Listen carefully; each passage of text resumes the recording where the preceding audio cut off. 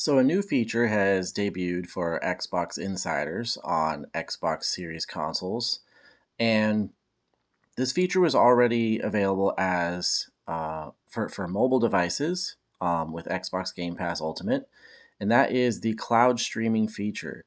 We've known this was coming for a long time. It's been talked about, quite a bit. Um, the Google Stadia already debuted, I believe it was a couple years ago now, and it's really been a flop. I'll explain why I believe that is as well. I actually think that the Xbox cloud streaming, cloud gaming, has a better chance at success, even though it itself, and this is my first impressions from my experience trying it out for a few hours, is not perfect. And honestly, I don't know if you'll ever reach perfect with this, at least not for a generation. Um, I'll tell you right now, the gameplay that we're watching right now, first of all, I captured at 1080p on my Xbox Series X, and my connection is pretty good. I generally average a download speed of somewhere around 150 megabits per second to 200, sometimes more. It is I do occasionally have hiccups, but I believe everybody's internet does, really. So that's a pretty good download speed, and that's what's key for something like streaming high resolution videos and for, obviously video games. Um, Anyways, something I want to note that is interesting about this, when I recorded this video here of Need for Speed Heat, it did not look this good. This video here is definitely recorded from the source on the servers where the game is occurring. When I was playing it, even with my pretty good connection, there was definitely lowered resolution. Um, and the game itself, the effects were all still there, I'd say. The graphical effects and that the technology behind it's there. But the resolution, honestly, like you're looking at 1080p capture from what's probably a 4K rendering. Um, I felt sometimes like I was playing a first year Xbox One game on a 4K screen. Sometimes it felt like I was playing something off the Xbox 360 when it came to resolution. I'm not saying the graphical effects, the actual lighting effects, reflections, polygons, textures. I'm not saying all those things, the quality isn't there, but it's being streamed to me at a lower resolution because it's doing this based off of bandwidth and delay. Because the other thing, and you'll see there's even hiccups there in the cutscene that's playing, some fragmentation and such, pixelation. Um, the thing that is different about this versus a normal, like say a movie or something on Netflix, you also have the input. You have the live interaction with the player and the game. And I feel like with Need for Speed Heat, after about 5 minutes or so, 10 minutes or so, I began to adjust to it fairly well. There is an input lag, especially for somebody who is used to, playing on a regular basis. You press a button, you pull the trigger, you move the thumbstick, and you get immediate response on your home console right there, especially these days with the Xbox Series consoles and the low latency input, where basically it decreases the amount of time between your button press and the reaction on screen. So I played Need for Speed Heat as a game I've never played before, and I also played Rage 2 as a game I have played before. I wanted to see what the difference was there and how it felt, how it looked, so on, what the experience was like. Plus, Need for Speed is a racing game, and Rage is a shooter, so you get a little bit different type of gaming experience.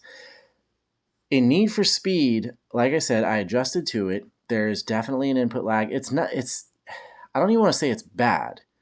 It's not horrible. It's definitely playable. It's just that it does take some adjustment, and it was okay. Once I got used to it, it was okay. I was driving around doing races, doing events, trying to hit billboards or whatever, and I was like, okay, I got this. Not that big a deal. I played Rage 2, and again, by the way, it did not look this good. You'll see some of the stuttering in these videos that it might be there, but the resolution was much lower. It was not as clear and crisp an image as you're seeing in these videos. It was definitely more jagged, pixelated, kind of foggy looking, but again, that's a connection thing. I didn't look into whether there's anything I can do for settings, but there was no prompt for it or anything like that. I'm pretty sure it just automatically adjusts to try and ensure connection and that your gameplay experience is probably prioritized over resolution, which I agree with. That's a good thing. Honestly, and you'll see it here in a minute, I was just kind of messing around with the vehicles here, driving around. I was trying to find somewhere to get into some shooting action, which happens here in a moment. You'll see there is, for a shooter, especially one like this, that's a pretty fast-paced, lots of movement, lots of different actions besides just, aiming and firing going on. It's very difficult. It was very difficult. I had a rough time to a point where I wanted to just quit, but I was like, no, I need to capture this gameplay. I need to test it out and get a feel for it, see if it adjusts. There are times where it's a little bit better than others, and then it's pretty consistently for a shooter, a fast-paced shooter, like you saw some of the pixelation there. But you'll see me like aiming well off to the side of characters or whipping around just well beyond what I'm trying to do. It's because you're so accustomed to making certain movements in a game and having it react the way you assume it should react, that you'll do those things. And I just appear here, right here. I just kind of walk off the side ledge here, and it doesn't. I'm standing like, what just happened? That's pretty common, it seems like. So again, I feel like this could be better or worse depending on your connection, depending on the time, and depending on the game you're playing. I feel like this could easily improve over time as Microsoft works with it. And like, I'm aimed way off the side of this guy. I do still manage to kill him, but that is not normal. That is not how things normally work for me in shooters.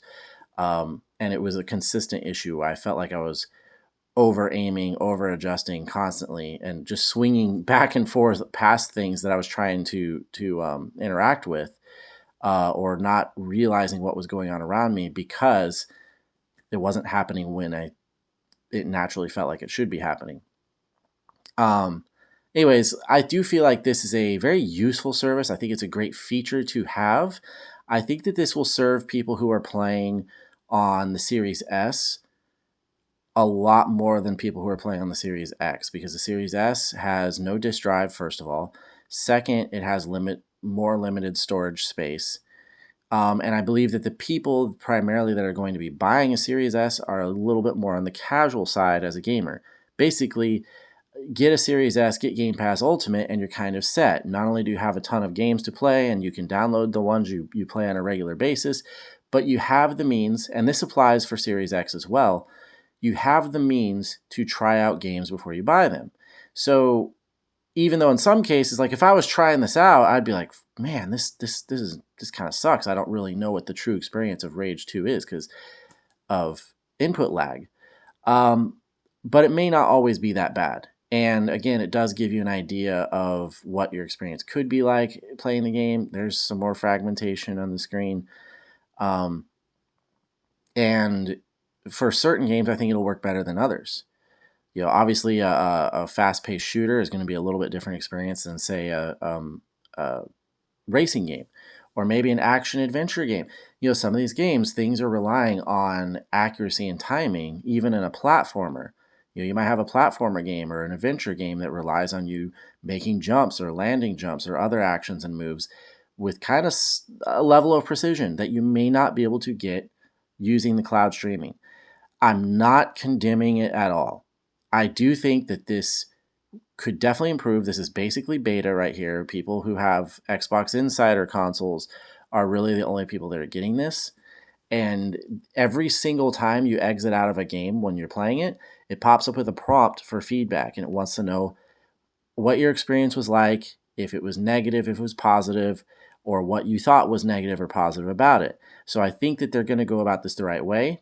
They're going to get as much feedback as possible to see what they can improve, because there's definitely things that they can do on server side and service side to improve this, and the interaction with it and your local network and so forth.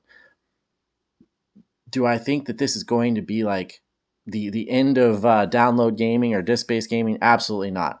I think we've got another generation to go before we start getting that kind of thing. And even then, I guess we'll say hardcore gamers are still going to prefer localized games. But anyways, just my little overview. Good service, good option, but definitely not a replacement.